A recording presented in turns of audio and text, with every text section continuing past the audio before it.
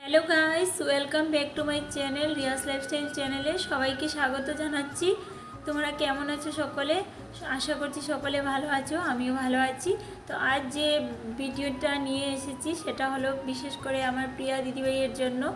আমি সবসময় ফুলের ফটো পোস্ট করি বা যে কিছু গাছ লাগিয়েছি সেগুলো শেয়ার করি। তো আমার প্রিয়া দিদিভাই বলেছিল যে তোমার ছাদের উপরে দৃশ্যটা একটু শেয়ার করো একদিন। তো আমি ভাবলাম যে সেই ভিডিওটা তোমাদের সাথে তুলে ধরার চেষ্টা করলাম। তোমরা দেখতে থাকো গাইস, আমার খুবই ভালো লাগবে। বিকেলের সেই মনোরম দৃশ্য তোমাদের সাথে তুলে ধরার চেষ্টা করলাম। আজকে অবশ্যই ঝড় বৃষ্টি হচ্ছে না, তো ভাবলাম একটু বিকেলবেলা ছাদের উপরে উঠি, কাজটা ছেড়ে তারপর ছাদের উপরে উঠে চারিদিকের দৃশ্যটা আমি সামান্য পরিমাণে তোমাদের সাথে তুলে ধরার চেষ্টা করলাম।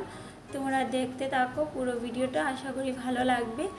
আর নতুন বন্ধুরা যারা এখনও আমার চ্যানেলটাকে সাবস্ক্রাইব করোনি, সাবস্ক্রাইব করে পাশে থাকা বেল আইকনে অন করে রেখো, যাতে আমি নিত্য নতুন যে ভিডিও পোস্ট করি তোমাদের সামনে চলে যায়। আর পুরনো যারা আছো এইভাবে আমার পাশে থাকার জন্য অনেক অনেক ভালোবাসা। এটা হলো ছাদের উপর, ছাদের উপরটা একটু লম্বাটে মতো, সেখানে কয়েকদিন পর আমাদেরকে ঘর তুলতে হবে। তো এখন যেহেতু ছাদের উপরটা একটু ফাঁকা আছে, তো আমি বিভিন্ন ধরনের গাছ লাগিয়েছিলাম, কিন্তু এই বাদরের উৎপাতের জন্য আমি আর তেমনভাবে ছাদের উপরে উঠি না। অনেক গাছ লাগিয়েছিলাম অনেক ধরনের, কিন্তু এখন কিন্তু অনেক গাছগুলো আমি কিন্তু আর তেমনভাবে পরিষ্কার যত্ন করতে পারছি না। একমাত্র আমার যখন বাদর আসতো না, তো তখন আমি যেতে পারতাম সবসময়, আর এখন কিন্তু আর তেমনভাবে যাই না, কারণ বাদর চলে আসে, আমার ভীষণ ভয় লাগে ওই জন্য। আর আমাদের ছাদের নিচেই দেখতে পাচ্ছি মেইন রোড, আমরা যে সিটিতে থাকি। তো দৃশ্যটা তোমাদের কাছে কেমন লাগলো অবশ্যই জানিও। আর সবাইকে বলবো এইভাবে আমার পাশে থাকার জন্য অনেক অনেক ভালোবাসা। আমি যতটা পারি তোমাদের সাথে গুছিয়ে গেছি, একটু ভিডিও পোস্ট করার চেষ্টা করি, তবুও ভুল ত্রুটি হলে কমার চোখে দেখো। আর দেখো এই গাছটাতে না আগের বার অনেক আম এসেছিল, এই বছর আর এই গাছটাতে আম আসেনি, কারণ কেউ কেউ বলে এক বছর এলে নাকি পরের বছর আবার নতুন পাতা গজায়, ওই জন্য আসেনি।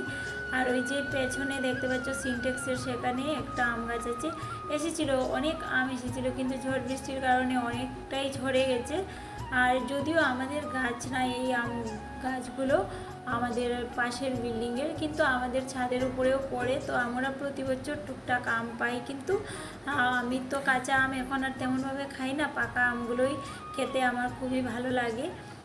তো তোমাদের কাছে এই ব্লগ ভিডিওটা কেমন লাগলো, বিশেষ করে প্রিয়া দিদিভাইয়ের জন্য দেওয়া। তো প্রিয়া দিদিভাই আমার ছাদের উপর দেখেছো, এখন ততটা সুন্দরতা বজায় রাখতে পারছি না বাদরের জন্য, যেহেতু পরিষ্কার করি না আর তেমনভাবে ছাদের উপরে উঠি না। তো আজকের মতো এখানেই টাটা, সবাই ভালো থেকো, সুস্থ থেকো, দেখা হবে নেক্সট ব্লগ ভিডিওতে।